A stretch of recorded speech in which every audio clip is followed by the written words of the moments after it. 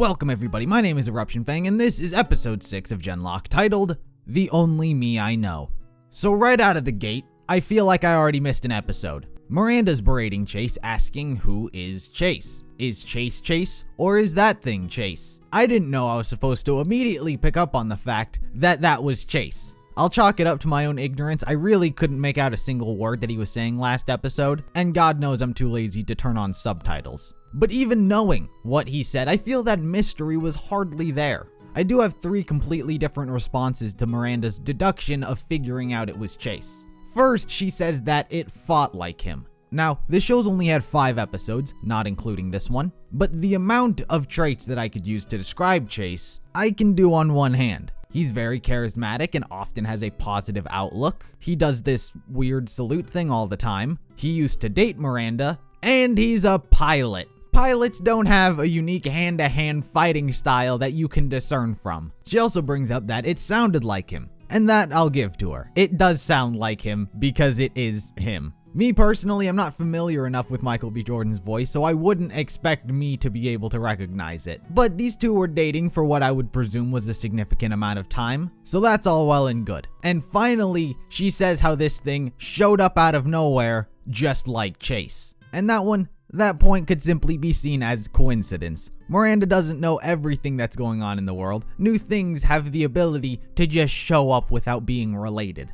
Anyway, so after their awkward talk, Yaz tells Chase to give Weller the benefit of the doubt. Leon turns into a complete tool for no reason, and Chase goes to visit Weller and talk about lore. So in the early days of Genlock, Weller used to have a copy of Chase's mind that would be updated to events just prior to that of the original. One day while on a mission, the Union was capable of restraining and capturing Chase, and no one was capable of doing anything. So Weller uploaded the backup copy of Chase into his body, now making him the new Chase, with no recollection of the other's existence. Then the next thing you know, the Union is attacking their base. This of course leads to yet another fight scene where Val and Kazu tango. Our characters re-enter their bodies so they can evacuate. Weller caresses Yaz's face, they all leave, Union shows up, and Weller...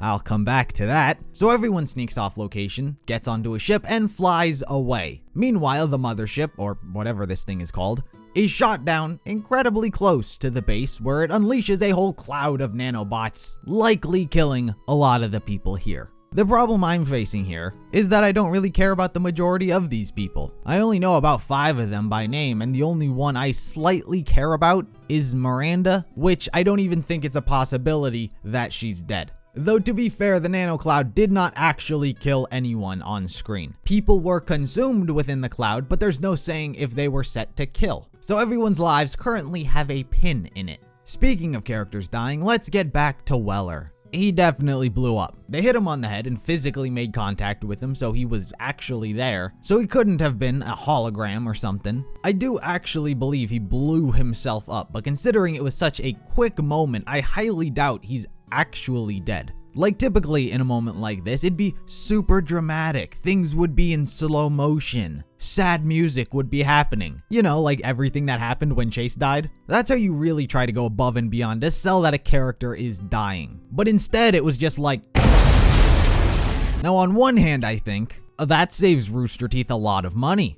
Killing any of these characters would save Rooster Teeth a lot of money. But on the other hand, the story would make absolutely no sense if he were dead. None of the characters know anything about Genlock, how it works, how to run it. He really was the only one who knew anything. So to kill him off definitively, I would think the show was actually stupid. However, considering this is the future, what we learned this episode, as well as him telling Yaz that he'd see her soon in a very casual way, I might add. There's the, I'll see you soon, I'm lying to your face, and the one where you actually mean it. And I think he did literally mean it. I'd imagine he did blow up his physical body. However, in the same way Genlock works, his mind is going to be uploaded likely into Caliban? That or somewhere in the cloud. So, is he dead? I doubt it. I am interested to see how the show deals with the morality of Chase's existence.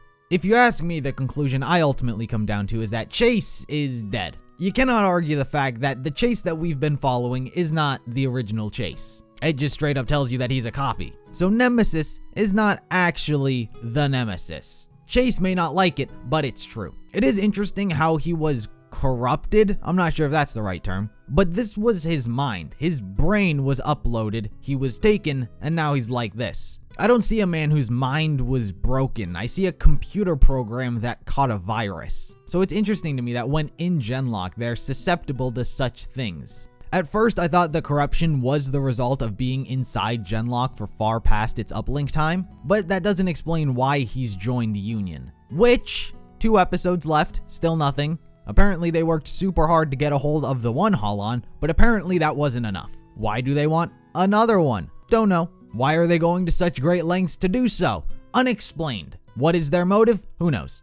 I am excited to see where things go, because just because this Chase is now evil and this Chase is nice, doesn't mean that nice Chase is better Chase. He is still a copy at the end of the day. Anyway, it's pretty cool that their mind sharing is still working with the original Chase. I think it was a really good way to show that this dream that they all shared isn't actually a dream. The greatest thing about this to me is that it'll work both ways. Yes, Nemesis could literally learn everything about you and your plans, but if it works that way, then the opposite should be attainable as well. So both sides have a direct line into the other. If anything is to come from Nemesis, I really hope Miranda joins the Union. I don't think it'll happen, but perhaps learning that this is indeed the original Chase could push her to feel like she needs to save him. Like, I know it sounds incredibly cheesy, but if there's anyone I think that could restore Chase, it's Miranda. She wasn't shown at all during the entire fight, which obviously makes you question whether or not she was there when it all happened,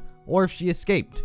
But even if she was there, I'm more than certain Nemesis wouldn't let her be killed. I'm still really pushing for the Union to have more notable faces on their side. Right now, they're incredibly faceless and I just don't care about them. But if you put people like Chase's mom, Dree, and Miranda on their side, things would become a lot more interesting in my opinion. But anyway, they've got their hands on another Holon. Something that did kind of annoy me, which is pretty irrelevant in the grand scheme of things, I would hope, is that yet again, they asked the question, you ever wonder why we're here? Look, I get it, it's a reference. Haha, we're the company that made Red vs. Blue. But you only get to make the same reference once. There's a lot of other jokes you could have pulled from or chose to include if you felt the need, but asking that question twice is sort of worrying to me. Why would it be worrying? It's just a joke. The first time, it was a jokey reference. I have absolutely no problem with that. This time, it went philosophical. My problem is that I fear Genlock won't form its own unique identity. Red vs. Blue was founded upon the question,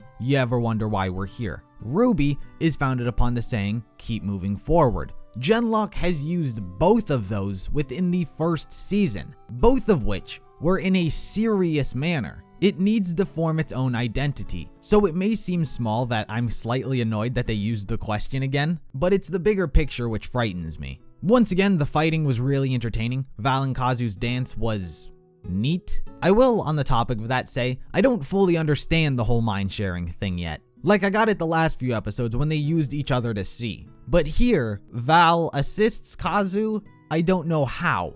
Like Val's the sniper. She hangs back and shoots with her gun. With that skill, I would presume her hand-to-hand fighting is not as good as, say, Kazu's. So when she jumps in to share a body, how is she helping? I could get it if they shared muscle memory as well, like you could inherit certain traits and physical abilities of the person you've linked with. But if Kazu's the better fighter, I don't know what she did. Feel free to explain it to me in the comments. This is one of those things where I'm pretty sure my own ignorance has held me back. I do still consider episode 2 the best one by far. This was still incredibly entertaining with some shocking events occurring. But episode 2 was just too damn good. 2 episodes left, 2 episodes to give us literally anything about the Union.